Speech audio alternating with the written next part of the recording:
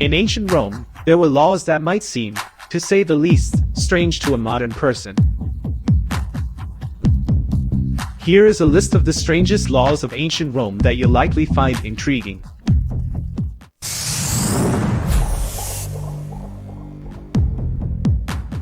Ban on luxury. You've probably heard of the orgies and the endless feasts of Emperor Nero.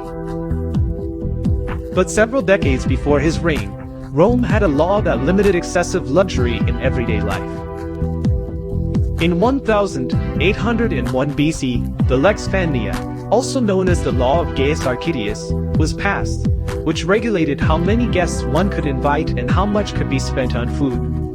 Romans were allowed to host no more than 3 guests on weekdays, and no more than 5 on market days and holidays.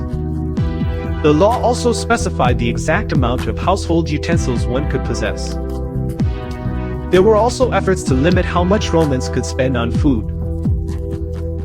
When Nero came to power, these restrictions were lifted. Ban on suicide.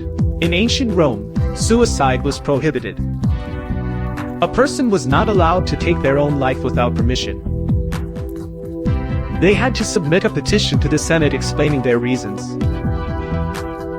If the reasons were found convincing, the person was granted permission and given a vial of poison. Ban on weeping. Funerals in ancient Rome were lively affairs. The procession of the deceased was accompanied by songs and dancing. Actors would perform comical scenes from the life of the deceased. And specially hired women, professional mourners who didn't even know the deceased, would tear their hair out, scream, and scratch their faces to show grief. Eventually, these performances annoyed someone enough that public weeping at funerals was officially banned for everyone. Ban on adultery for women. If a man caught his wife in bed with another man, he was supposed to lock them in the room and run to get neighbors to witness the adultery. A divorce would then follow without fail. If the lover was unfortunate enough to not be an actor or a freedman, the enraged husband could kill him without fear of punishment. The same applied to unofficial suitors of the daughter. The angry father could also kill them without witnesses. Prostitutes were required to dye their hair blonde or red. This law stemmed from the many military campaigns of Roman generals in Central Europe.